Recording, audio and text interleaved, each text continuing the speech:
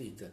Nós já temos a introdução, que é muito importante que você veja, a questão da memória étnica de sociedades sem escritas, e agora a gente está estudando a passagem justamente dessas sociedades sem escritas às sociedades com escritas.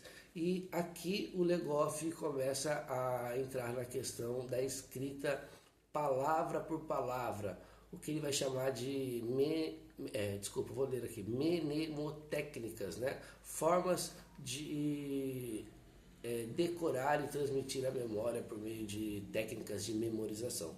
Mas antes de tudo, se você não é inscrito no canal, deixa a sua inscrição aí, deixa o seu comentário se você quiser que eu aprofunde algum dos temas, e se inscreve no canal porque a gente está com a meta de chegar a 500 inscritos. E é isso, galera, você pode fazer parte dessa história. E gente, lembrando que eu vou parar por aqui, né, essa semana, e depois a gente volta sobre a memória na Idade Média semana que vem, que eu tenho alguns compromissos esse fim de semana. Provavelmente, né? Mas se der tudo certo, eu volto a postar de qualquer forma. Então surge com essa questão da palavra por palavra, da memória escrita, a ideia de que nomear é conhecer, né? A gente vai ver isso, inclusive, muito ligado à ideia da magia no mundo antigo. E aqui, basicamente, a gente está tratando de maneira genérica, né? Tentando universalizar os conceitos da passagem daquilo que se chama de pré-história para a história ou história antiga, né? A ideia, então, essa questão da memória a gente viu, vai ajudar muito a formação de um calendário, de uma noção de tempo, essa memória escrita, né? E por sua vez a memória numérica, né? Que está ligada intimamente ao calendário e que por sua vez vai estar ligada à ideia de urbanização, de crescimento, inclusive de uma memória que a gente vai chamar de funeral, ligada a uma memória real, né? Dos reis, e que isso é muito importante no processo de registro e preservação da memória da humanidade, né, de modo geral, das sociedades humanas. Mas o que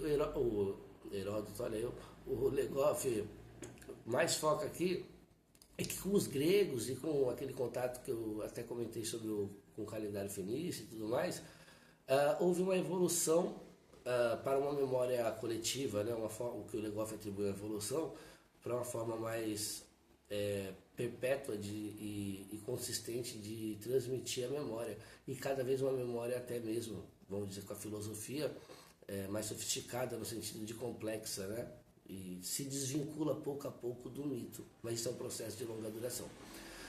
E é uma memória que é cada vez mais laica, né? Não é ligada nem necessariamente com os gregos, né? A religião e nem necessariamente ao poder político.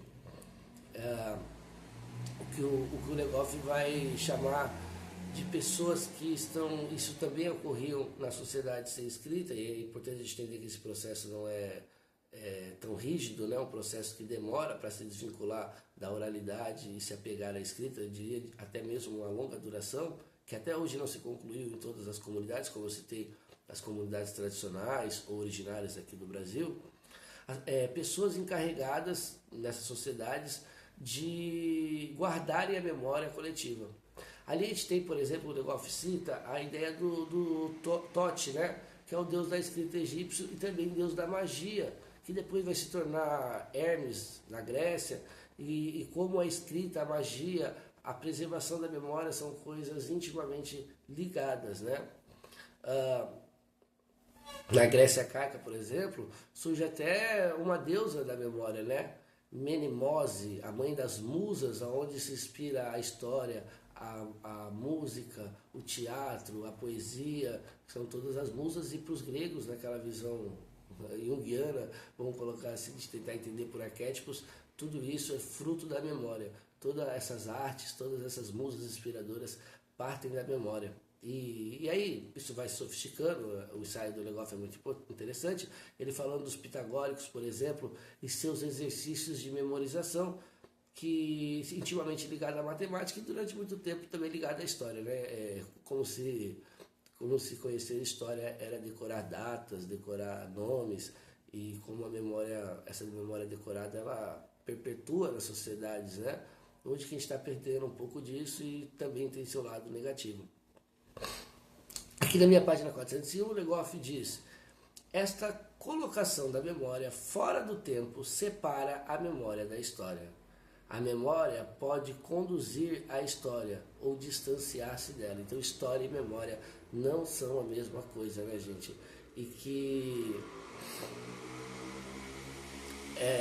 essa colocação da memória fora do tempo, para o Legoff, tem uma relação dúbia. Ela pode contribuir para a história, como ela pode prejudicar a história, porque a memória ela tem nuances que decorrem de inúmeros fatores e que a gente vai debatendo aqui ao longo da série de vídeos, né? Porque é bem complexo, tá? A filosofia grega, diz o Legoff na outra página, 402, não reconciliou a memória com a história. E vai demorar um tempo, né, para isso. Esse justamente essa reconciliação que a gente vai tentar entender ao longo dos vídeos aqui, né? Não nesse necessariamente, vai ter que assistir os outros. E é por isso que você tem que se inscrever no canal. Contudo, o Legoff diz que nenhum tratado mnemotécnico, ou seja, de técnicas de memória, especificamente chegou até a gente, né? Embora a gente tenha contato com muitos tratados antigos sobre retórica, mas não é a mesma coisa que esses exercícios da memória, né? E na página 404, o Legoff diz: ao lado da emergência espetacular da memória, no seio da retórica, na palavra ligada à escrita, a memória coletiva prosseguiu através da evolução política e social no mundo antigo. Então a memória estava e está intimamente ligada a questões políticas de poder, e é por isso que os monumentos são tão importantes no pensamento do Legoff, porque está intimamente ligado à ideia de perpetuação da memória e de um poder por meio da memória. E que durante muito tempo a memória foi utilizada de forma retórica para a manutenção desses poderes ou de tradições que pareciam interessantes aos poderes de determinada sociedade. E que a história, por sua vez, também se confundiu muito com a retórica.